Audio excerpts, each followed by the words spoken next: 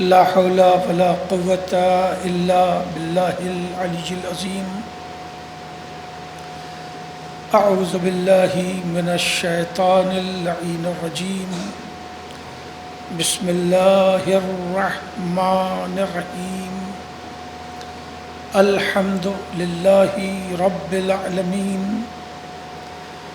والصلاة والسلام على سید الانبیاء والمرسلین المخاطب بطٰہٰ و یاسین سیدنا و نبینا و شفیع ذنوبنا و حبیب قلوبنا و طبیب نفوسنا مولانا ابی القاسم محمد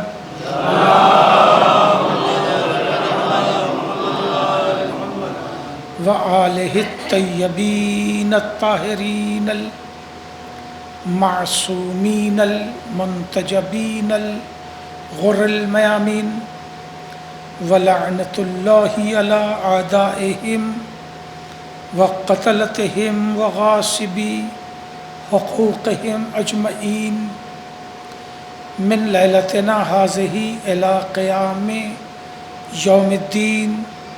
اما بعد فقد قال اللہ سبحانہ تبارک و تعالی فی کتاب المبین واصدق القائلین. بسم اللہ الرحمن الرحیم. انما یرید اللہ لیذھب عنکم الرجس اہل البیت وَيُطَهِّرَكُمْ تَطْهِيرًا. صلوات.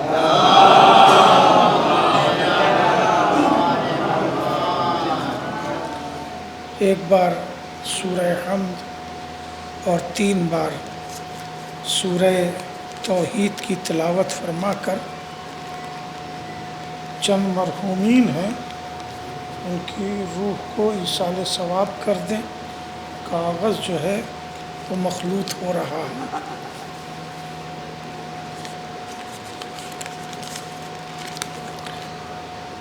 جناب الحاج رجب علی کربلائی مرحوم ابن منشی رمضان علی کربلائی مرحوم، جمن کربلائی مرحومہ بنت الحاج رحمان، صادقہ بانو مرحومہ بنت مجتبیٰ حسین، سکینہ بی بی کربلائی، بطولن بی بی کربلائی اور نوازش علی مرحوم اور جملہ مومنین و مومنات اور مرحومین کی روح کو ایصال ثواب کر دیں. عزیزان محترم، دامن وقت میں بہت زیادہ گنجائش نہیں ہے. مناسب وقت ہی میں گفتگو مکمل کرنا چاہوں گا. میں نے تاریخ کی نسبتوں کو دیکھتے ہوئے ہی آیہ تطہیر کو عنوان کلام قرار دیا. ابھی آپ نے پوری شہادت کے موضوع پر مرصع نظم یا سلام سنا، اور میں نے آیہ تطہیر کو جس تناظر میں عنوان بنایا ہے یہ آہستہ آہستہ آخر تک خود کھل جائے گا. میں پہلے سے بیان نہیں کروں گا. آیہ تطہیر کوئی نیا موضوع نہیں ہے، مگر کچھ باتیں ہیں توجہ کی جو میری ہیں، میرے معروضات ہیں جو آپ تک پہنچنے چاہیے. ترجمہ اس کا میں وہ کر رہا ہوں جو عام طور پر ایام عزا میں بینروں پر لکھا جاتا ہے. اکثر بینر آیہ تطہیر کے ہوتے ہیں، اوپر آیت ہوتی ہے اور نیچے ترجمہ ہوتا ہے. اللہ کا یہ ارادہ ہے، بے شک اللہ کا یہ ارادہ ہے اے اہل بیت کہ آپ کو پاک رکھے جو پاک رکھنے کا حق ہے. اچھا، اس میں بھی 2 ترجمے کیے جاتے ہیں، ایک پاک کرنے کا ترجمہ اور ایک پاک رکھنے کا ترجمہ. اس میں بھی بڑی بحثیں ہیں. مگر مجھے بحث میں نہیں پڑھنا ہے. ایک ترجمہ کیا جاتا ہے پاک کرے جو پاک کرنے کا حق ہے، اور ایک ترجمہ کیا جاتا ہے کہ پاک رکھے جو پاک رکھنے کا حق ہے. کرنا جو ترجمہ کرتے ہیں اس کا مطلب یہ ہے کہ وہ بنیادی طور پر اہل بیت کو پاک نہیں مانتے، کیونکہ کی وہی چیز جاتی ہے جو پہلے سے موجود نہ ہو، ہے نا، اور رکھی وہ چیز جاتی ہے جو پہلے سے موجود ہو. میں اس بحث میں نہیں پڑھتا، میں تو یہ دیکھتا ہوں کہ یہ ترجمہ کرنے والے نے جو کرے اور رکھے ترجمہ کیا، اس نے سورہ حمد میں کیا ترجمہ کیا. بہت توجہ، بہت توجہ، نازک سی بات تھی جو پہنچا دی میں نے. ہم تو یہ دیکھتے ہیں کہ سورہ حمد میں کیا ترجمہ کیا. اگر یہ ترجمہ کرتا ہے کہ سیدھا راستہ دکھا دے تو اسے حق ہے کہ کرے، ترجمہ کرے، اسے سیدھا راستہ ملا ہی نہیں ہے. اور جو یہ ترجمہ کرتا ہے ہمیں سیدھے راستے پہ گامزن رکھ، وہ ترجمہ کرتا ہے کہ اللہ نے ارادہ کیا کہ آپ کو پاک رکھے جو پاک رکھنے کا حق ہے. تو جو تطہیر اہل بیت کا قائل ہے اسے سیدھا راستہ مل چکا ہے، تلاش نہیں کرتا ہے. صلوات پڑھے محمد.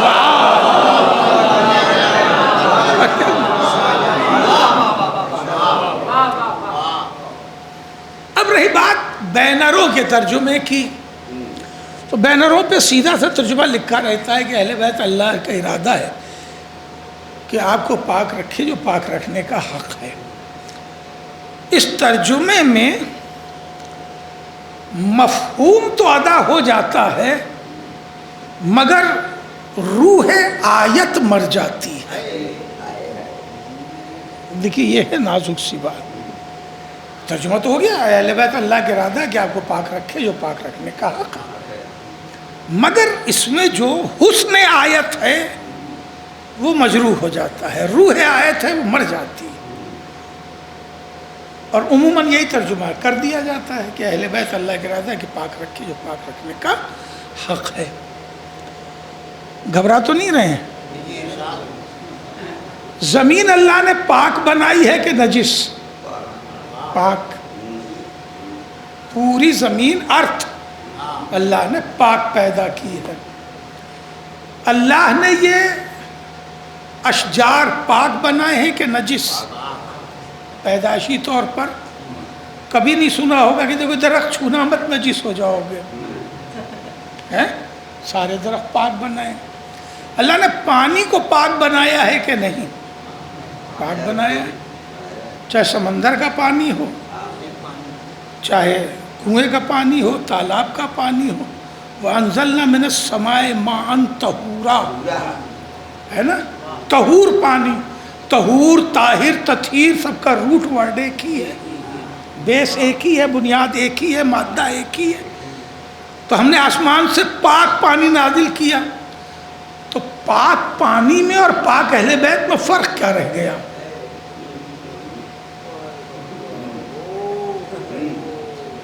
بے توجہ ہے. اللہ نے کہا کہ میں نے طہور، گھبرا گئے، ہم نے پہلے کہتے گھبرا تو نہیں رہے، ہم نے آسمان سے پاک پانی، طہور پانی نازل کیا، اہل بیت کو تطہیر عطا کی. فرق کیا رہ گیا؟ پانی کی طہارت میں اور اہل بیت کی طہارت میں فرق کیا رہ گیا؟ یہ ترجمے میں نہیں آتا. وہی میں نے کہا نا کہ حسن ترجمہ مر جاتا ہے. بھائی اہل بیت کی طہارت پانی، زمین یا دیگر اشیاء کی طہارت میں فرق جو ہے وہ آئے تطہیر میں ہے، اور وہ کیا ہے؟ انکم الرجسہ. بھائی توجہ ہے، یہ انکم الرجسہ جو ہے یہی ہے جان آیت، یہی ہے روح آیت، یہی ہے حسن آیت کہ اہل بیت ہم نے آپ کو پاک نہیں رکھا، ہم نے آپ کو رجس سے دور رکھا. بھائی توجہ ہے، ایک صلوات پڑھے محمد والے محمد.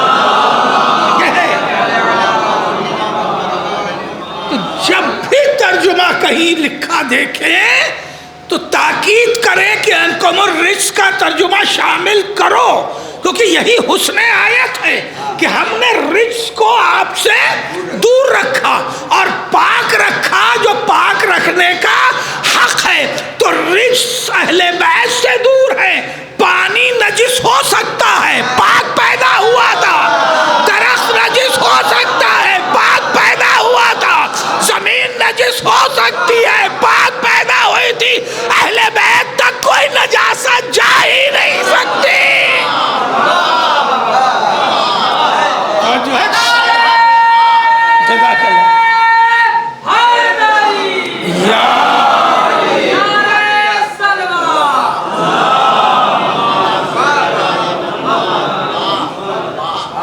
جو جان آیت ہے وہ انکم الرجس میں ہے۔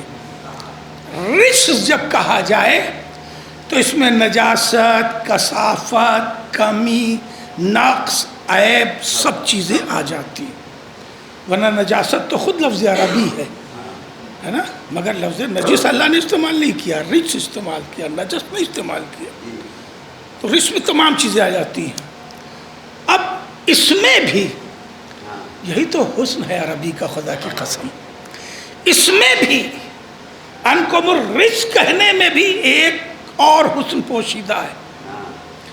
اس میں ان کا تادیہ استعمال کیا گیا ہے۔ انکم الرجس، ان کا تادیہ، آسان اردو میں بات کروں، پابندی اہل بیت پر نہیں لگی ہے کہ آپ نجاست کے قریب مت جائیے، پابندی نجاست پر لگی ہے۔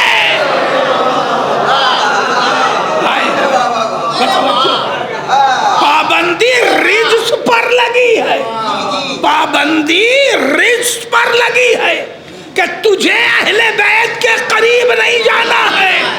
توجہ ہے، اب شرعی مسئلے کے تناظر میں یہ فضیلت کا جملہ سن لیجئے کہ پابندی رجس پر لگی ہے کہ تجھے اہل بیت تک نہیں جانا ہے، اہل بیت پہ پابندی نہیں لگی ہے کہ آپ نجاست تک مت جائیے گا۔ نہیں، ایک جملہ اور سنیے، اہل بیت پہ اس لیے پابندی نہیں لگی ہے کہ یہ آدم نہیں، فخر آدم ہے۔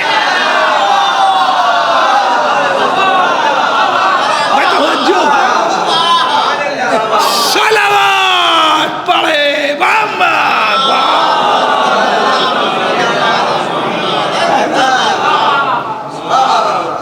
وہ آدم تھے جن سے کہا گیا تھا اس درخت کے قریب مت جانا، پابندی آدم پہ لگی تھی۔ یہ آدم نہیں، فخر آدم ہے۔ مگر درمیان میں ایک بات عرض کرنا چاہوں گا، کچھ پڑھے لکھے لوگ بھی جناب آدم کو گنہگار سمجھتے ہیں۔ اب وہ واٹس ایپ پہ دیکھ لیجئے گا، ہم واٹس ایپ کی دنیا کے آدمی نہیں ہیں، ہم اتنے بھی نہیں ہیں کہ اپنی کوئی تصویر ڈلوائیں کہ ڈالیں کہ دیکھیں، دیکھتے بھی نہیں، ہم نہ اپنی دیکھتے نہ کسی کی دیکھتے، یہ بھی سن لیجئے۔ مگر ہے کچھ باتیں ہیں کہ جو بچے ہم لوگوں کو زبردستی بتلا دیتے کہ بھئی یہ ہے، اس کا جواب چاہیے، تو دیکھ لیتے ہیں۔ تو کچھ پڑھے لکھے لوگ بھی جناب آدم کو گنہگار سمجھتے ہیں اور ترک اولا کو ترک اولا نہیں بلکہ گناہ تصور کرتے ہیں۔ اور کر رہے ہیں آپ، اور ہے واٹس ایپ پہ پڑے ہوئے۔ میں بس ایک بات جانتا ہوں کہ اگر جناب آدم کا وہ عمل ترک اولا نہیں تھا، ترک اولا یعنی ترک اولا، جس کا ترک کر دینا اولا ہو، مثلا یہ بڑی نازک سی بحث چھیڑوں گا نہیں، مگر دو باتیں ضروری پڑھنا چاہتا ہوں کیونکہ واٹس ایپ کی دنیا بہت ورغلا رہی ہے، اس لیے پڑھ رہا ہوں۔ تیز دھوپ میں، گرمی میں تیز ٹھنڈا پانی پینا ترک اولا ہے۔ بات پہنچی؟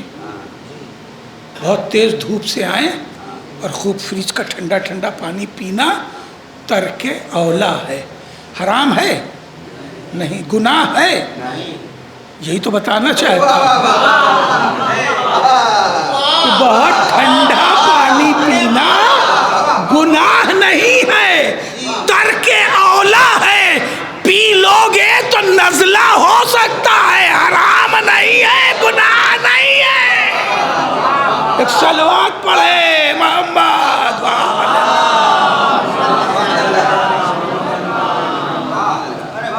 مولانا، کسی مدرسے میں اتنی خوبصورت مثال آج تک پڑھائی نہیں گئی ہے، ترک اولا کی دعوے سے کہہ رہا ہوں۔ ایک صلوات پڑھ لے محمد و آل محمد۔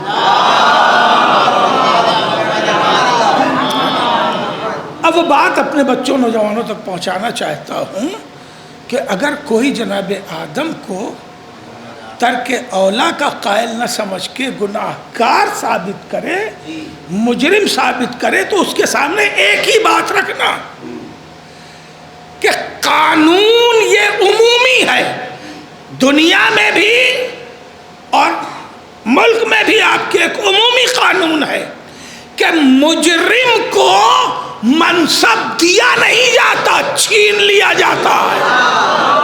بیدار ہوئیے، گناہگار کو منصب دیا نہیں جاتا، دیا بھی اگر ہو تو چھین لیا جاتا ہے۔ ترک اولا کے بعد جناب آدم خلیفۃ اللہ بن کے آئے ہیں۔ صلوات پڑھے محمد۔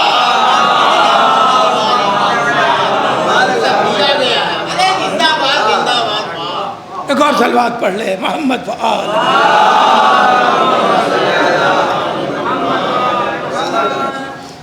تو میں گزارش کر رہا تھا کہ رچ پابندی کس پر ہے؟ رچ پر ہے، اہل بات پہ پابندی نہیں لگی کہ آپ رچ کے پاس مت جائیے گا، نہیں، انکم الرچ، پابندی رچ پہ لگی ہے کہ تجھے اہل بیت تک نہیں جانا ہے۔ یہ اتنے پاک ہیں کہ ان کے گھر کا صدر دروازہ مسجد الحرام میں کھلتا ہے۔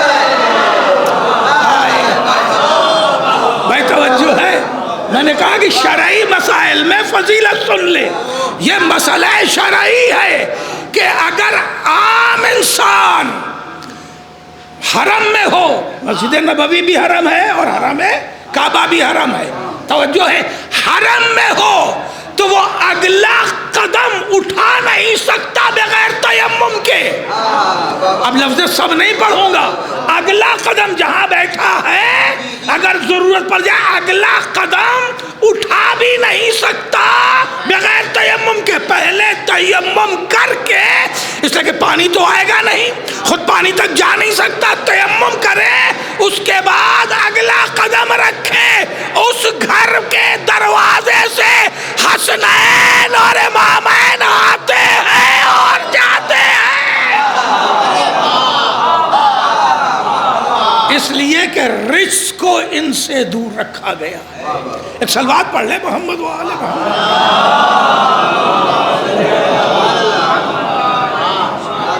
اہل بیت، اللہ کا ارادہ ہے کہ آپ کو رجس سے دور رکھے اور پاک رکھے جو پاک رکھنے کا حق ہے۔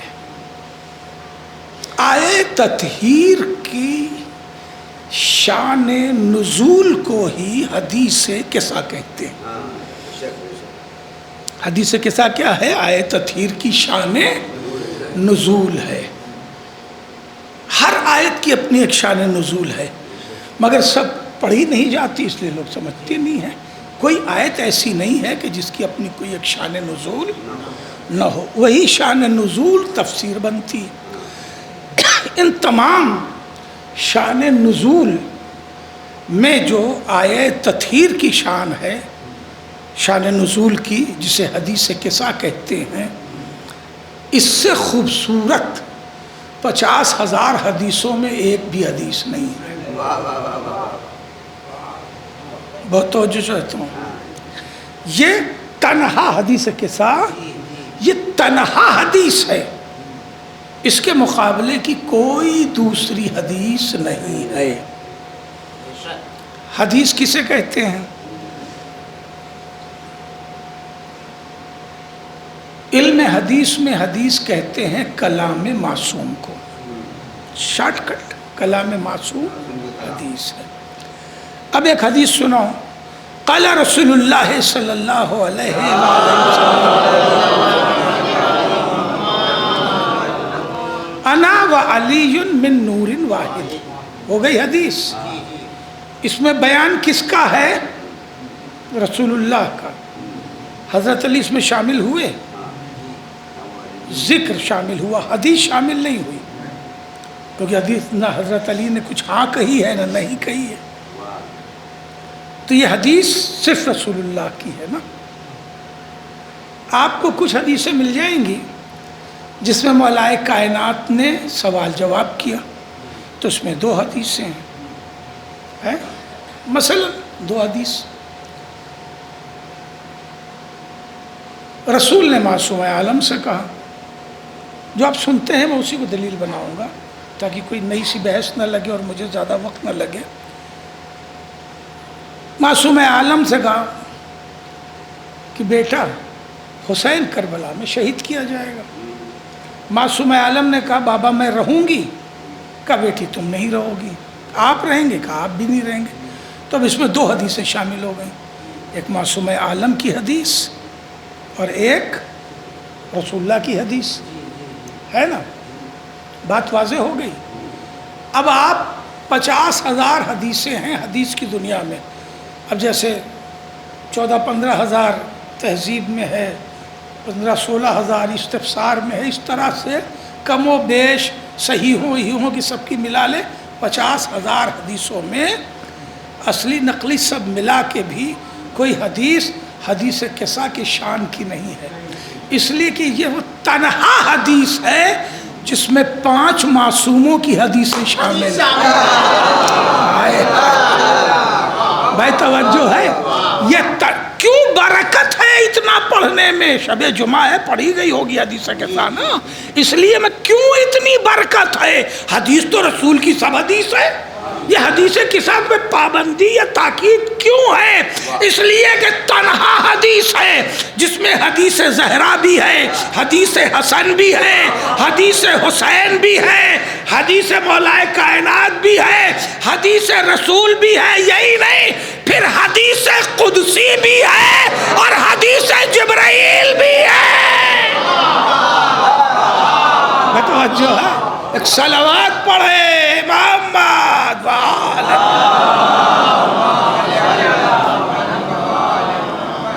کوئی دوسری حدیث ایسی نہیں ملے گی کہ جس میں 7 حدیثیں شامل ہوں، پنجتن کی حدیث، پھر اللہ کی حدیث، حدیث قدسی، 2 حصے اس میں حدیث قدسی کے ہیں، حدیث قدسی پھر حدیث جبرائیل، ان سب کے بعد آیہ قرآنی۔ بھئی آیہ تطہیر جب تک پڑھی نہیں جائے گی حدیث قصہ مکمل نہیں ہوگی، تو اس میں آیت بھی شامل ہے، تو 7 حدیثیں 1 آیت، جب سب پڑھی جائے گی تو برکت کیوں نہ آئے گی؟ ایک صلوات پڑھے محمد و آل محمد۔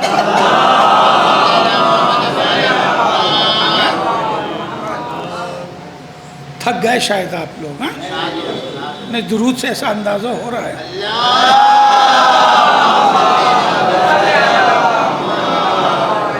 عزیزو، اب یہ جو حدیث قصہ ہے، صرف ایک رخ اس کا حوالے کر رہا ہوں، موضوع مجلس سے، تاریخوں سے قربت کی بنیاد پر جو میں مرحلے طے کر رہا ہوں وہاں تک آپ کو لے آنا ہے۔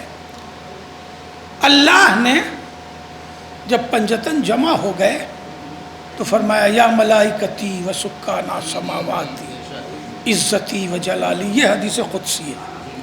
انی ما خلقت سماعا مبنیہ ولا ارضا مدھیہ ولا قمرا منیرا ولا شمسا مضیہ ولا فلکا یدور ولا بحر یجری ولا فلک یسری الا فی محبت ہؤلاء الخمسۃ الذین هم تحت الکسا. سب کو ترجمہ بھی تقریباً یاد ہی ہوگا. فقال جبرائیل یا رب ومن تحت الکسا. جناب جبرائیل نے کہا پالنے والے یہ چادر کے نیچے کون لوگ ہیں؟ دیکھیں میں ذرا ہٹ کے بات کر رہا ہوں آپ سے. آ جائیں مولانا آ جائیں. یہ بتائیے یہ جھوٹ ہے کہ مکاری ہے؟ میں ذرا بے تکی بات کر رہا ہوں، بے تکا لہجہ ہے مگر اسی لیے تاکہ آپ جاگ کے سنیں. یہ جھوٹ ہے یا رب ومن تحت الکسا یا مکاری ہے؟ آپ ڈر رہے ہیں مگر ہم بغیر ڈرے بول رہے ہیں. اب جواب دے رہا ہوں، فرشتہ نہ جھوٹ بولتا نہ مکاری کرتا، اس لیے کہ وہ معصوم ہے. نہیں بات پہنچا سکا. فرشتہ معصوم ہو تو نہ جھوٹ بولے نہ مکاری کرے. اگر کوئی بندہ معصوم ہو تو ایک صلوات پڑھے محمد و آل محمد پر.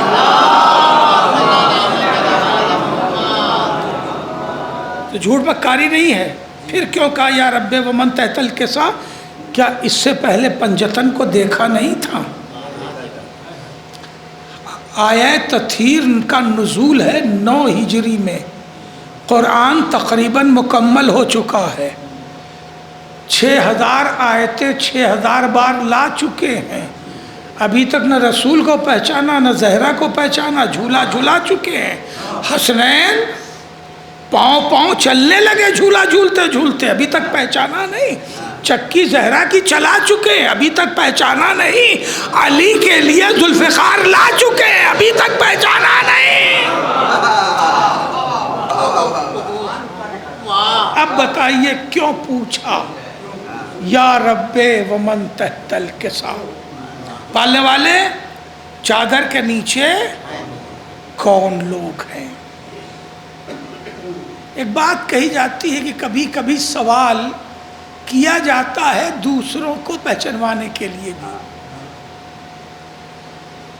مگر یہاں جبرائیل اور اللہ کے علاوہ دوسرا کوئی ہے ہی نہیں،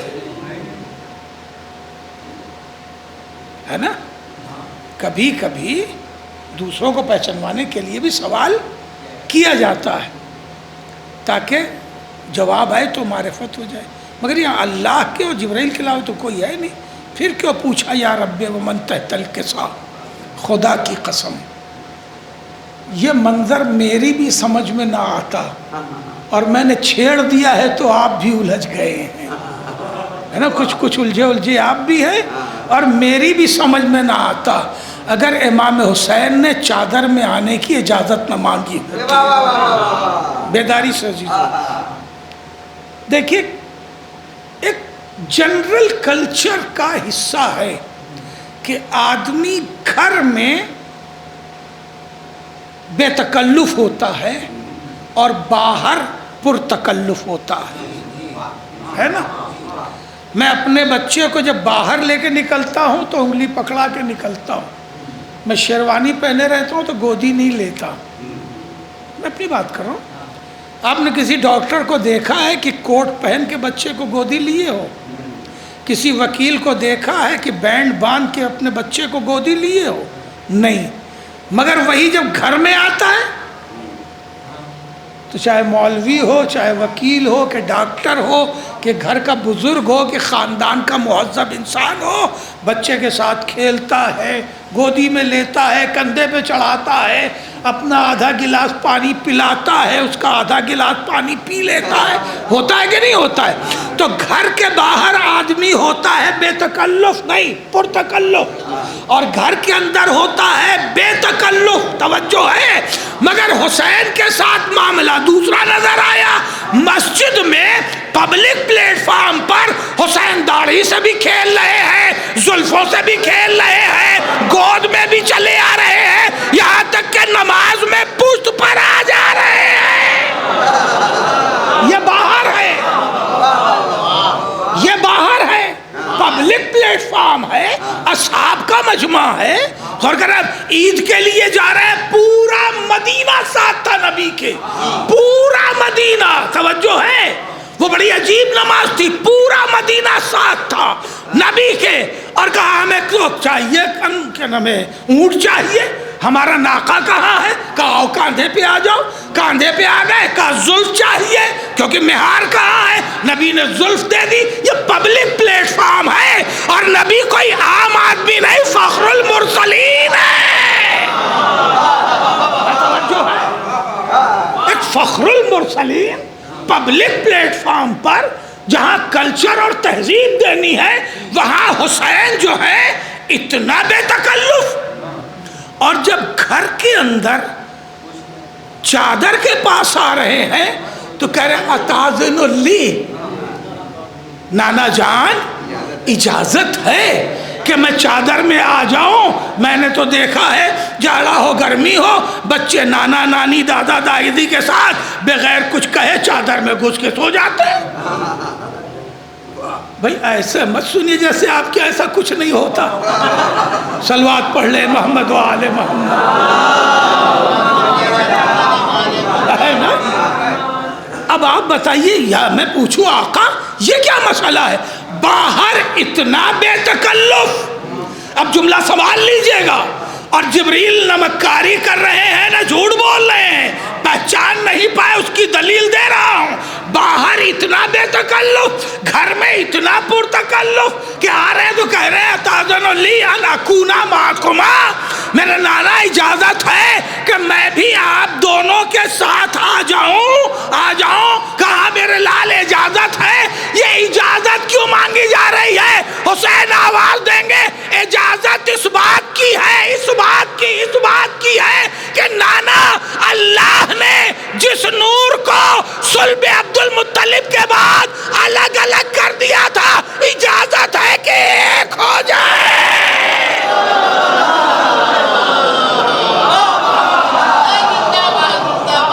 توجہ ہے، صلوات پڑھے محمد،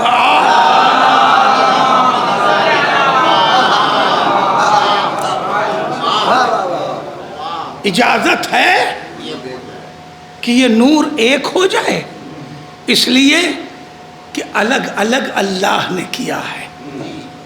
اب آپ نے حسن کو ملا لیا ہے، اجازت ہے کہ میں بھی شامل ہو جاؤں۔ مولا کائنات ہے، اجازت ہے کہ میں بھی شامل ہو جاؤں۔ بیٹی زہرا، اجازت ہے کہ میں بھی شامل ہو جاؤں۔ اور جب یہ پانچوں نور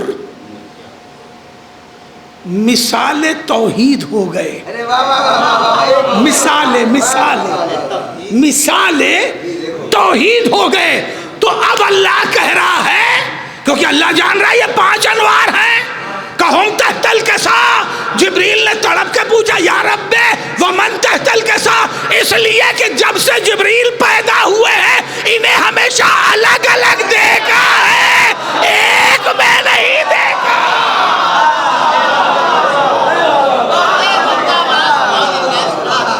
صلوات پڑھ لے محمد،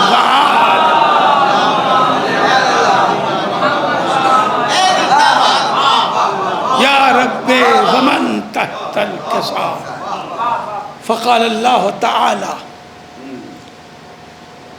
ہم اہل بیت النبوہ ومعدن الرسالہ، ہم فاطمۃ و ابوہا و بعلہا و بنوہا۔ یا رسول اللہ تعارف ایسے کیوں ہو رہا ہے؟ چادر میں ایسے تو آئے نہیں ہیں۔ چادر میں پہلے رسول اللہ آئے، پھر امام حسن آئے، پھر امام حسین آئے، پھر معصوم مولا کائنات آئے، پھر معصوم عالم آئے۔ یوں ہی تعارف کرا دے کہ نبی ہیں، حسن ہیں، حسین ہیں، ان کے ابا ہیں، ان کی اماں ہیں، ہو گیا۔ ایسے ہی تو ہے چادر میں۔ اچھا اس طرح تعارف نہیں کرایا تو اصول ہے کہ گھر کے بزرگ سے تعارف کرایا جائے۔ تو کہہ پالنے والے کہ رسول اللہ ہیں، ان کی بیٹی ہیں، ان کے داماد یا بھائی ہیں، ان کے نواسے ہیں یا بیٹے ہیں، یوں ہو گیا۔ تو رسول اللہ سے بھی تعارف نہیں کرایا۔ تیسرا طریقہ بنتا ہے کہ جو گھر کا گارجین ہو تو وہ حضرت علی ہیں، گھر ان کا ہے، تو پھر ان سے تعارف ہونا چاہیے تھا کہ مولائے کائنات ہیں، ان کی بیوی ہیں، ان کے بچے ہیں، ان کے خسر معظم ہیں، یہ ہونا تھا۔ یہ سارے تعارف ہٹا کے اللہ نے کہا ہم فاطمۃ و ابوہا و بعلہا و بنوہا۔ پہلے والی معصوم عالم سے تعارف کیوں کرایا؟ بڑی توجہ۔ نہ رسول سے تعارف کرایا جو گھر کے بزرگ ہیں، نہ مولائے کائنات سے تعارف کرایا جو گھر کے گارجین۔ تعارف معصوم عالم سے ہو رہا ہے کہ معصوم عالم ہیں، ان کے بابا ہیں، معصوم عالم ہیں، ان کے شوہر ہیں، معصوم عالم ہیں، ان کے بہت سے بچے ہیں۔ یہ معصومہ سے تعارف کیوں رہا ہے؟ جملہ رہے گا نہ کرنا عزیزو۔ قدرت آواز دے گی کہ ہم نے تطہیر کا تعارف زہرا سے اس لیے کرایا تاکہ منصب عصمت فدق کی طرح لوٹا نہ جا سکے۔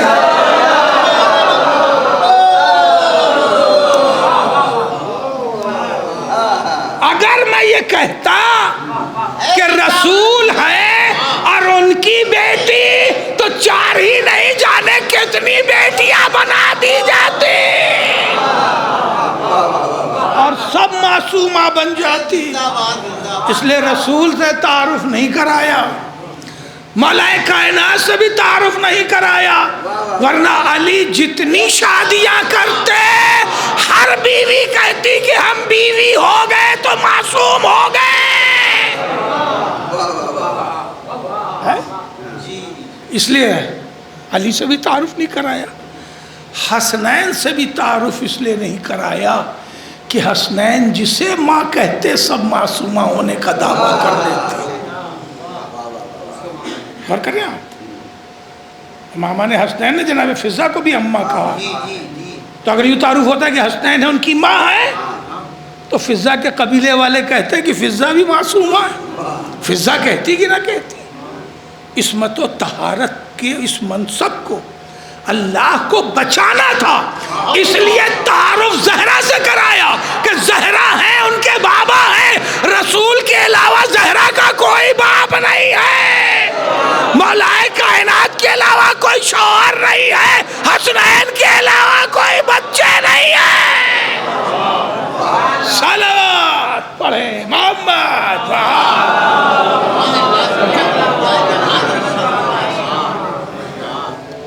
ابھی ایک جملہ میں بڑا عجیب سا بول گیا تھا، پھر ایک جملہ بولنے کا جی چاہ رہا ہے۔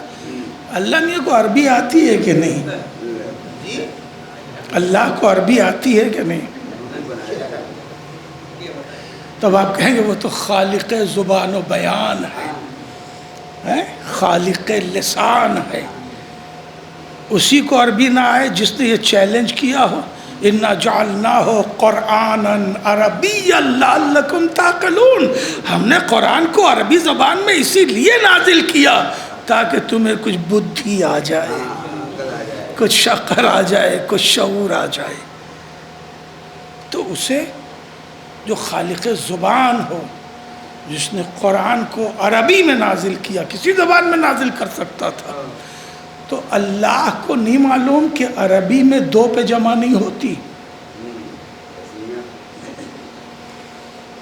ہے؟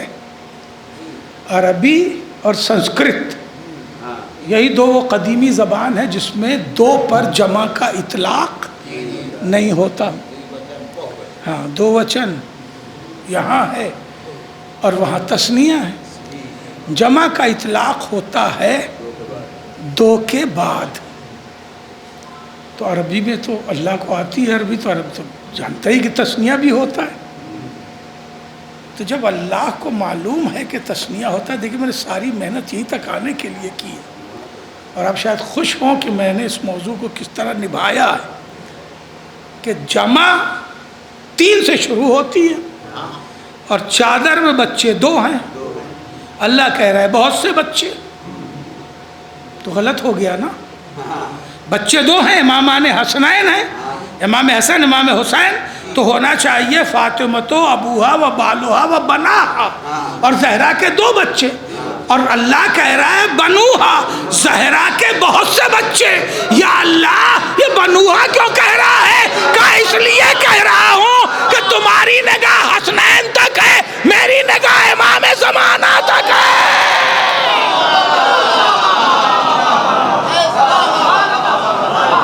اور یہ سب بچے زہرا کے بچے ہیں، یہ سب بچے زہرا کے بچے۔ ایک صلوات پڑھ لے محمد آگے موضوع سے قریب، تو پھر چند جملے یہیں سے آگے بڑھاتے ہوئے، اور کتنا پڑھ دیں بھائی، پوری حدیث کسا بھی پڑھی ہوئی ہے۔ ایک صلوات پڑھ لے محمد والے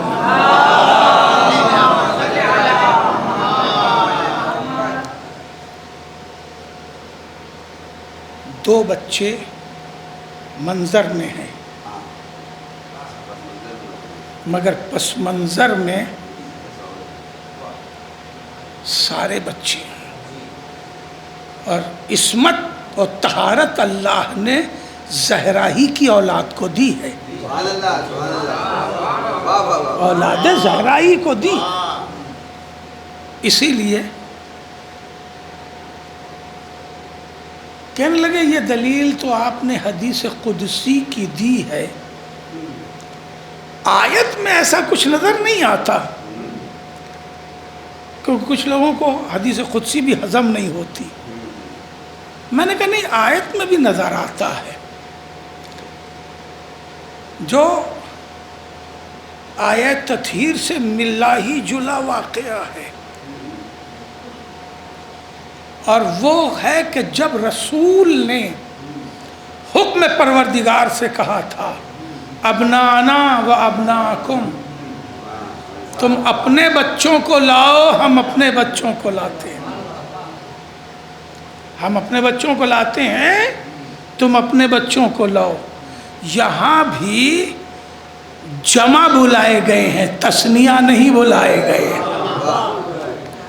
یہاں بھی جمع بلائے گئے ہیں کہ ہم اپنے سب بچوں کو لاتے ہیں، اور تم بھی اپنے سب بچوں کو لاؤ، ابناءنا و ابناءکم، نساءنا و نساءکم، انفسنا و انفسکم، ہے نا؟ مگر رسول یہاں بھی دو ہی بچے لے گئے، یہاں بھی بہت سے بچے دو بچے لے گئے، یعنی یہ دو ہی ہیں جو جمع کے اطلاق میں آتے ہیں۔ توجہ ہے؟ معلوم ہے جب رسول اللہ نے یہ کہا کہ ہم اپنے بیٹوں کو لاتے ہیں، تم اپنے بیٹوں کو لاؤ، کہہ تو دیا، مگر رسول کو فکر ہوئی کہ ہمیں بچہ ہے کہاں کہ ہم لائیں گے۔ یا رسول اللہ کہا کیوں؟ کہ ہم امین وحی تھے، اللہ نے کہا ہم نے کہہ دیا، نہیں جملے پہنچا سکا۔ بھئی رسول امین ہے نا وحی کے، تو جیسی آیت آئی ویسی سنا دی، سنا تو دی، مگر لے کسے جانا ہے؟ رسول کو۔ تو اب سوچ رہے لے کہاں سے جاؤں گا، ہمارے پاس بچے ہیں کہاں؟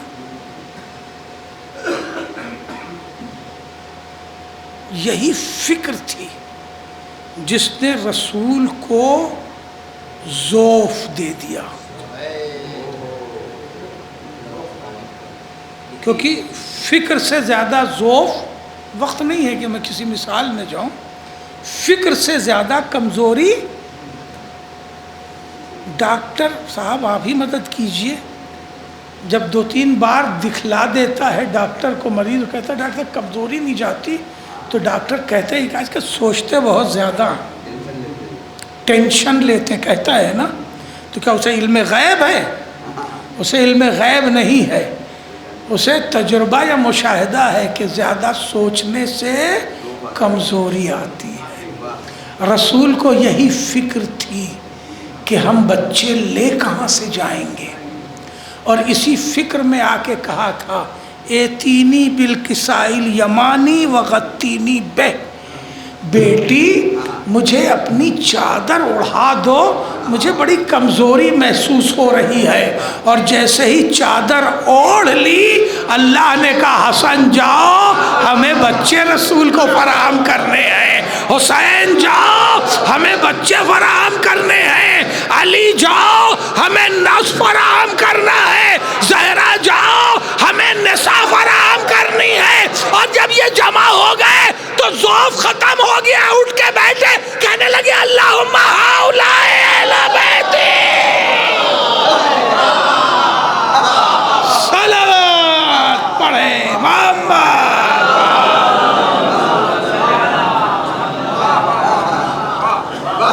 جہاں فکر دور ہوئی فوراً تندرستی ہے نا، جہاں فکر دور ہوئی فوراً طاقت آ جاتی ہے۔ جیب میں جس دن مردوں کے ایک پیسہ نہ ہو بڑی فکر رہتی ہے۔ اب وہ مثال دے رہا ہوں نا جو سب پر روز طاری ہوتی ہے نا۔ اور اگر بیوی بھی کہہ دے گی 500 روپے رکھ لیجئے ہم آپ سے بعد میں لیں گے تو فوراً طاقت آ جاتی، بعد میں دیکھا جائے گا۔ ایک صلوات پڑھے محمد وآل محمد، مل جل کے صلوات پڑھ لے محمد وآل محمد۔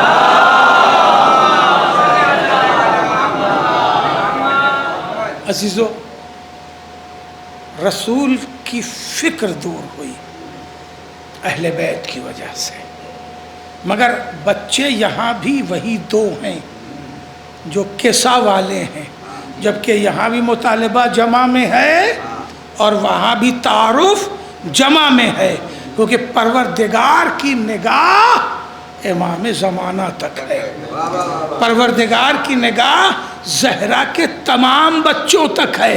اب جملہ قبول کیجئے تو آگے بڑھے کہ جو کسا میں اللہ نے 2 بچے بتائے کہ یہ آپ کے بیٹے ہیں، وہی مباہلہ میں بیٹے بنا کے بھیجے گئے، اور انہی 2 بیٹوں میں سے اللہ نے ایک بیٹے سے بیٹی لی اور ایک بیٹے سے بیٹا لیا، حسین سے بیٹا لیا، حسن سے بیٹی لی، اور 5ویں امام سے نسل امامت بڑھا دی۔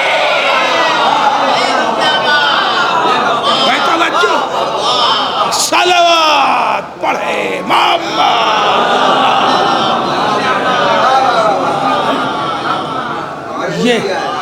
یہ ہے سلسلہ امامت، یہ ہے سلسلہ عصمت۔ بس عزیزو، یہیں سے گفتگو کو روکتے ہوئے کہ ہمارے اور آپ کے پاس امام باقر العلوم کہلائے، واحد امام ہے، امامتوں میں واحد امام ہے جسے مصطفیٰ نے اپنا سلام کہلایا۔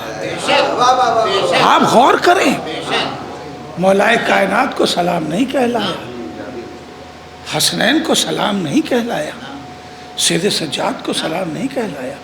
کوئی خاص بات تو ہے اس گوہر نایاب میں کہ مصطفیٰ نے اپنا سلام کہلایا، اور امین جابر ابن عبداللہ انصاری کو بنایا کہ تمہاری ملاقات ہمارے پوتے سے ہوگی، وہ ہمارا ہم نام ہوگا، ہمارا ہم نام ہوگا، وہ علم کی گتھیوں کو سلجھائے گا۔ جابر، تمہاری ملاقات جب ہمارے پوتے سے ہو، ہمارے بیٹے سے، تو اسے میرا سلام کہلانا۔ پڑھ دوں 10 منٹ اور؟ عزیزو، یہ منظر معلوم ہے کیسے ہے؟ جناب امام حسین بیٹھے ہوئے ہیں نانا کی آغوش میں۔ رسول اللہ کون ہے رشتے میں؟ نانا، اور آغوش میں ہے نواسا 3-4 برس کا۔ ادھر سے آ رہے ہیں جناب جابر ابن عبداللہ انصاری جو جوان ہیں، ہے نا، 18-20 سال کے ہیں، جوان ہیں. جناب جابر ادھر سے آ رہے ہیں. نانا اپنے 3-4 سال کے نواسے کی طرف اشارہ کر کے کہتا ہے کہ جابر تمہاری ملاقات میرے اس حسین کے پوتے سے ہوگی.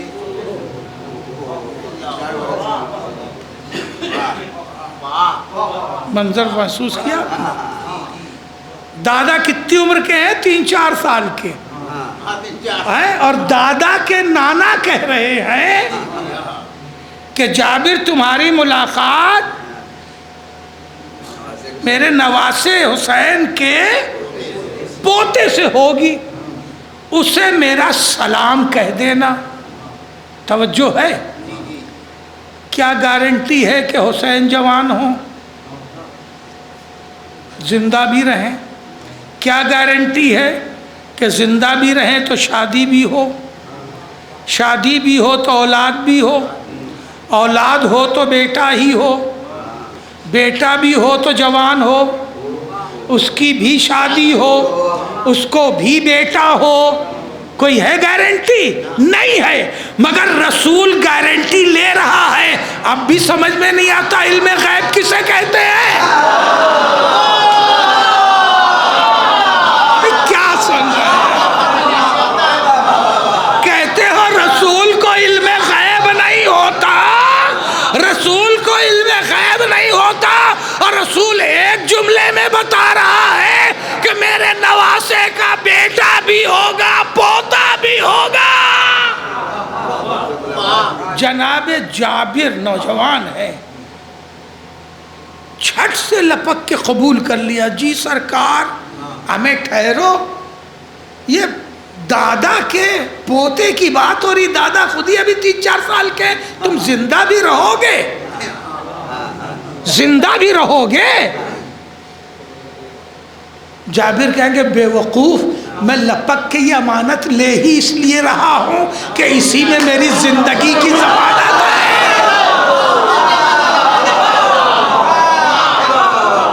اسی میں میری زندگی کی ضمانت ہے.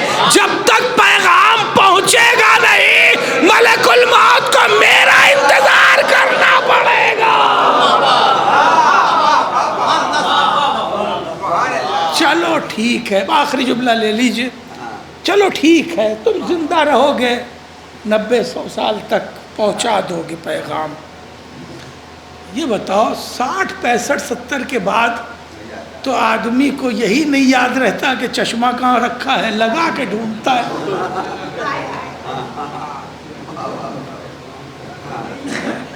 مطلب ایسے سن رہے ہیں جیسے سب واقعات میرے ہی ساتھ ہوتے ہیں، ایسا نہیں ہے.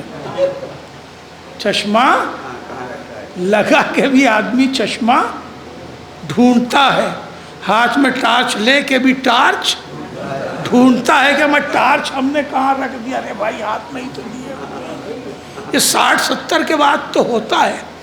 یہ 90-90 کے بعد تمہیں یاد رہ جائے گا کہ رسول نے کسی کو سلام کہا ہے؟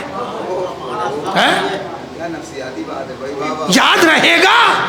جابر کہیں گے تمہیں اتنی بھی عقل نہیں ہے بھائی، رسول نے ہمیں یہ امانت دی ہے، اس امانت کا تحفظ ہی میرا حافظہ درست رکھے گا. بھائی توجہ ہے، میرا حافظہ درست رکھے گا. تو زمانے والوں، وہ رسول جو دوسرے کے دماغ کی گارنٹی لے لے، اس کے دماغ پہ شک کر رہے ہو. صلوات پڑھے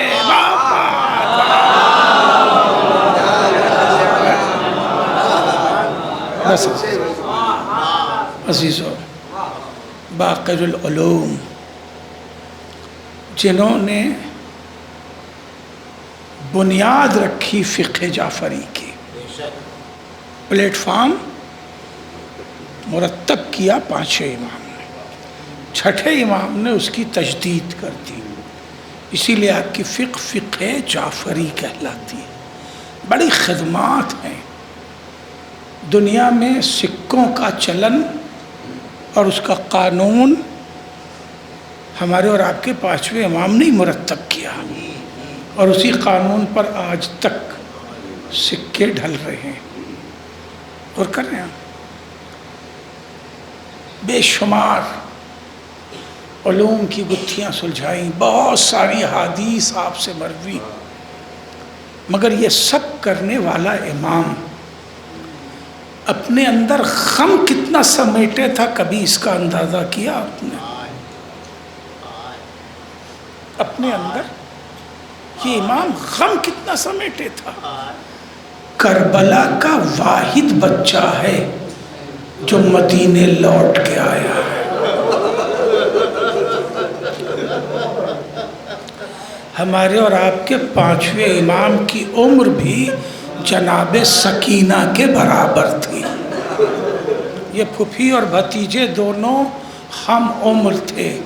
کوئی غم ایسا نہیں ہے جو جناب امام باقر علیہ السلام نے نہ اٹھایا ہو. گلے میں اسی طرح ریسمان ظلم بندھی جیسے جناب سکینہ کے باندھی گئی. میرے اس امام کو بھی اسی طرح پیدل چلنا پڑا جس طرح جناب سکینہ کو چلنا پڑا. میرے امام کو اسی طرح پیاسا رہنا پڑا.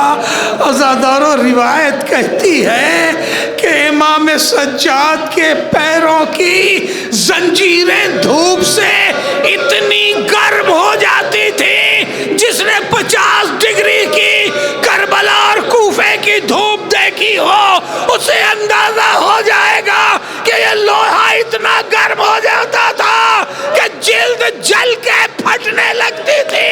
میرے امام کو جب پینے کا پانی ملتا تھا تو امام پینے کے بجائے زنجیر پہ سید سجاد کے ڈال دیتا تھا، آواز دیتا تھا بابا میرے کلیجے سے زیادہ آپ کی زنجیر.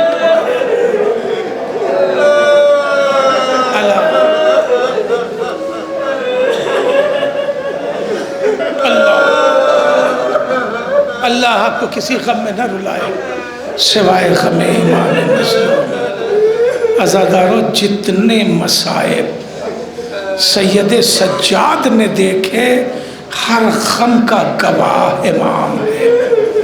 ہمارا یہ چھوٹا سا ننھا سا امام ہر غم کا گواہ ہے. ہر لاشیں دیکھے، ہر پامال لاشیں دیکھے، سب کی بے گورو اور بے کفنی دیکھی، اپنے بابا کے گلے میں زنجیر بھی دیکھی، ہاتھوں میں ہتھکڑیاں بھی دیکھی، پشت پر تازیانے بھی کھائے ہیں، پشت پر تازیانے بھی کھائے ہیں. ہر غم برداشت کرتا رہا. مگر ان تمام غموں میں سب سے بڑا غم کیا تھا؟ پڑھ چکا. 2 جملے اور. سب سے بڑا غم کیا تھا؟ عزاداروں ایک فطری بات ہے. جناب سکینہ نے امام سجاد سے پوچھا تھا نا کہ بھیا یہ بتاؤ ہم قید خانے سے آزاد کب ہوں گے؟ پوچھا تھا نا. اپنی اماں رباب سے پوچھا تھا نا کہ اماں مدینے جانا کب نصیب ہوگا؟ اپنی پھوپھی سے پوچھا تھا نا کہ پھوپھی اماں یہ پرندے شام کو کہاں جاتے؟ پوچھا تھا نا.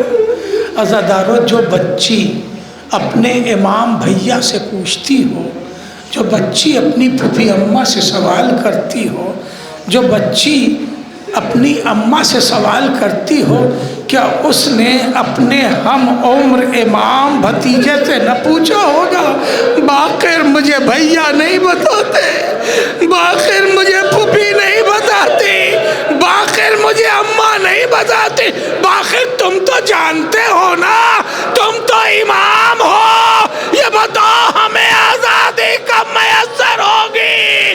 مگر امام تڑپ کے رہ جاتا ہوگا.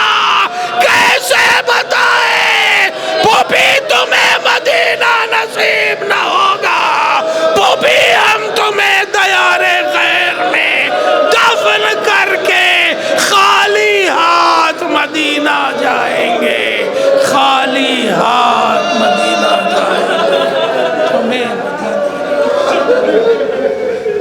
الا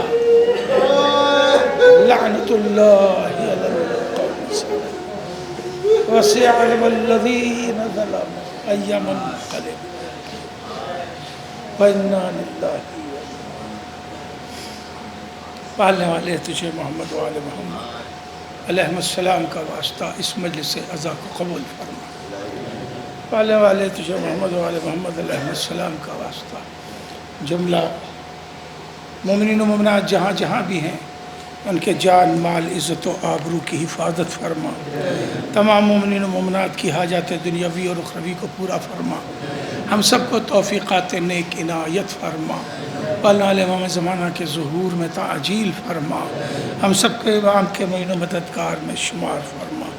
ایک بار سورہ حمد اور 3 بار سورہ توحید کی تلاوت فرما کر الحاج رجب علی کربلائی، منشی رمضان علی کربلائی، جمن بی بی، الحاج اور بھی صادقہ بانو بنت مجتبیٰ حسین، سکینہ بی بی کربلائی، بطولن بی بی کربلائی، نوازش علی صاحب اور جملہ مومن و مومنات کی روح کو صالح ثواب کر. ربنا تقبل منا انک انت السمیع